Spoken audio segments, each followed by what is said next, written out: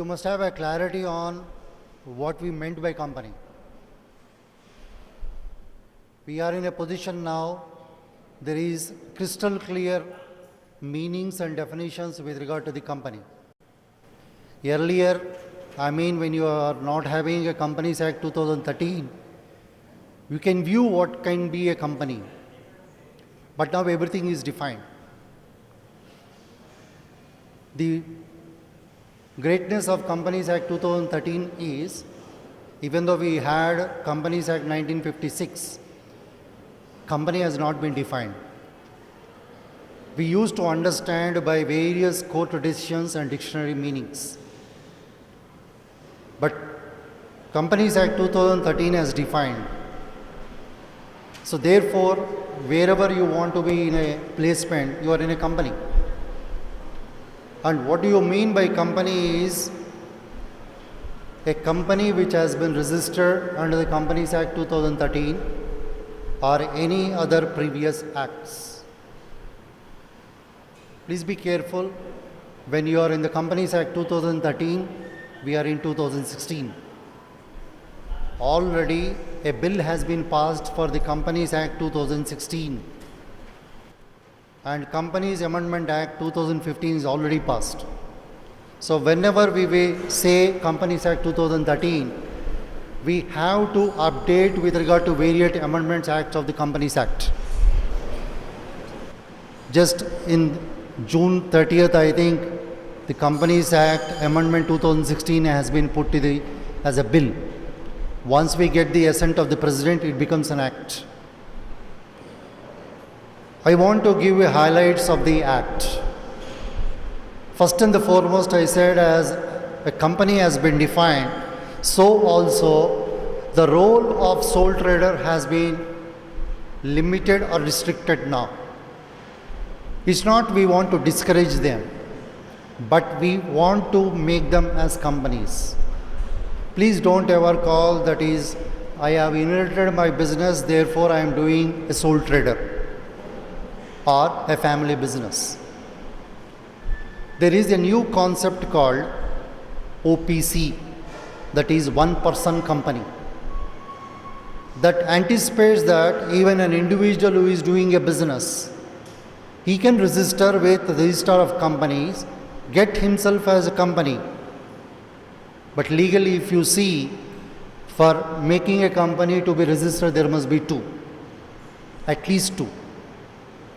But the Companies Act 2013 itself has made a provision of welcoming that each individual who is doing a single or sole trader business, now they can register as a company under the category called OPC, that is the status. If you go to the ROC website, you are having something called a status called OPC, that is one person company. The benefit is, even though you are only one person and another person is a dummy, that is legally and lawfully, you are getting a status in the vision of the financial institutions and the bankers as a company.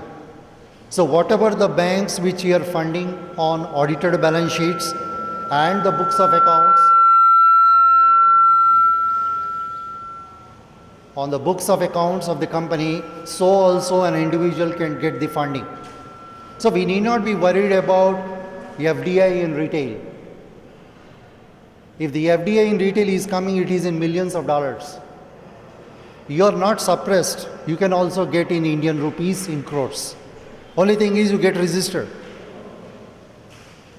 The Companies Act 2013 has defined two things. Exclusively, their amendment has been made with 2015. That is private company and a public company. Private company is linked to a company which is not at all welcome to raise money in the public. They can't go to any funding. It is only self-financing. And the paid up capital should be minimum of 1 lakh. Whereas with regard to the public company, it's a welcome. They are always going to the public, raising of the funds.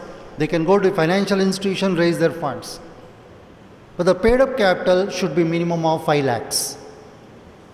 Please underline paid up capital.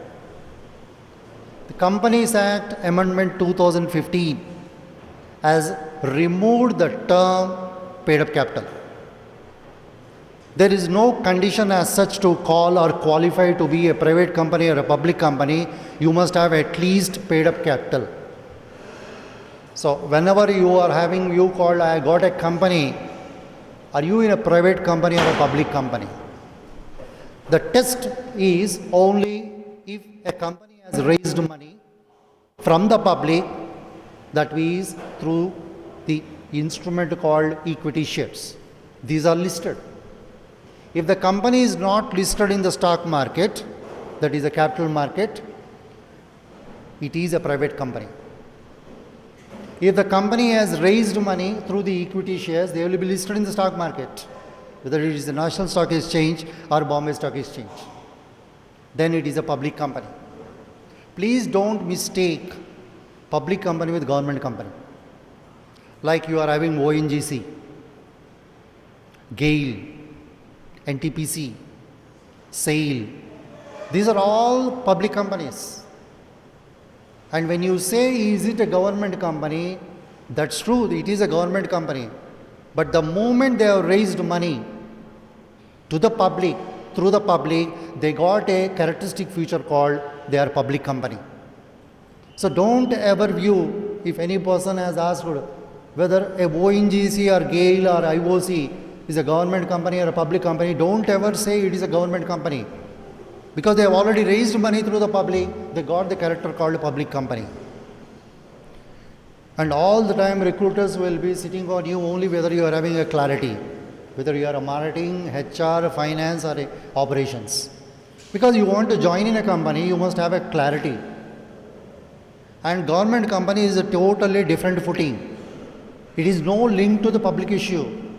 It is only on holding of capital control by the government company or a state. When we say the government company, it is the state government or the central government, or both, which are holding at least 51% of the paid up share capital, then we call it as a government company. Taking help with regard to the Indian economy, where many of the business people are in small in capital, or they don't like to be called as a company because they think that some income tax problems will be there, so we don't want to be within any law. For them to encourage to identify, come in the stream called companies, a new definition has been given that set of companies. Those are called small companies. A small company is a company which has been coined on the basis of your paid up capital, on the basis of your turnover. If your paid up capital is up to 50 lakhs or your turnover is up to 5 crores, you are qualified to be called as a small company. Of course, you cannot be a public company. There are several instances of Income Tax Act with regard to tax refunds or tax appeals, like Vodafone or all MNC companies. The problem is foreign company. The Companies Act, before the Vodafone cases or not, there has been no definition of the Companies Act 1956, what is a foreign company. Everybody could understand to view what is a foreign company is through the Income Tax Act. And as you know, Income Tax Act is very direct so that nobody can understand. And it said the beauty of foreign company, Income Tax Act says that a foreign company is a company which is not a domestic company. It's a flaw of the act. That's why many cases have been pending or filed in India. Whenever our Modi Sahab is going to the overseas, what they are asking is reform income tax. The reason being, nobody understands what is your act. We do a business as a company, that means we are covered under the Companies Act. But your Companies Act is silent. When it is silent, we take the view of some other legal aspect, that is Income Tax Act. At the time of registration, at the time they are doing the business in India with their capital, all the beautiful colors of the carpet we have flowed upon them, saying that whatever you do, it's up to you. Then, after some time, when they have got good, huge profits, we are calling them to pay, you have to pay 20,000 crores as a tax. This is the problem. So therefore, to have a clarity, for the first time, the Companies Act 2013 has defined what is a foreign company. Foreign company has been clearly defined what it means. So therefore, don't take the help of some Income Tax Act and call it yourself, you have taken the help of it. The Ministry of Corporate Affairs takes into cognizance only the Companies Act, not other acts. Because each of the department is having their own area, none of the definitions conflict each other. So therefore, there is a need for us to understand with clarity what for we are in the company. This is the preface where you will always have a good in-depth in various semesters with regard to the company. When you are in, for example, you are doing accounts, whether it is financial accounting or financial management, you have to be invariably know Companies Act 2013 and Income Tax Act 1961, without which you can't understand. The reason being, we are giving a global opinion to the global world. There are pitfalls of our acts. We are all amended. As I just told you, we are already with Companies Act 2016 amendment. We are updating wherever the flaws are there, because we want to be in line with the global laws. What we want to say is harmonious. That's the reason in this parliament, I think 18th, we are hopeful GST will be passed. What is GST means? It's not act. What we are giving is to the FDIs to flow, they can invest any state. No state difference of tax levy. Tax is same. Please take into consideration investment with a priority of your resources which are available to you. That is, your raw material or the other benefits other state governments are giving. As far as the sale concept is happening, you are not imposed a discriminational tax. Like earlier, many people are going to some states because that state is having lowest rate of tax. That kind of discrimination is not there, and we are in line with it. The other thing which you have to know about is, without any second opinion, we all want pay package. We want salaries. But are you knowing what you mean by salary? When we say whether you are knowing it or not, you must be aware of the definition, because you want a good company. And still, I put what is a good company, because nowhere it has been defined. But we say, sir, I want to join in MNC or a good company. Please understand, you must have the basics, like salary. The last year, some marketing person wants to get a job. The recruiter has put a question, define salary. It's not irrelevant. You must know what for you are working. You must know what for you are paying. And it has been defined under the Income Tax Act, under section 17, subsection 2. It has been defined as it includes wages, dearness allowance, perquisites, profits in lieu of salary, and other amounts which has been transferred to the funds. This is the definition which has been given. It has not been invented. Ever since we got the Income Tax Act, the term salary has been defined. But we don't know that pay packet is what. It is all consuming with regard to allowance and perquisites. And there is no distinction now with regard to wages and salaries. There is no wage earner. You cannot call any person in any industry a worker. That's the reason we have reformed the labor reforms. One of the important reforms in labor is we have get away with the term called a worker. Just like our budget, this year budget, Moli Saab has said, there need not be a term called coolie. The term coolie is removed. The reason being, in no area of the space of work, a person should not be underlooked. You can't say he is a worker after all. That's the reason Workers' Compensation Act has been removed and we got Employees' Compensation Act. That was in 2010. The reason being, we have to take into consideration the various developments which are happening in India.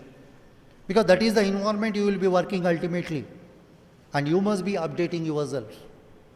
You must go beyond the classroom, extend further, whether any amendment has been made or any recent trends or developments have been made in the session, what are the topic which has been discussed. Unless we are not updating ourselves, it's very difficult to acknowledge that we got some knowledge. That's called basic knowledge. What recruiters are asking, only basics. And what is basics is they call upon these things. Like, what do you mean by salary? What do you mean by allowance?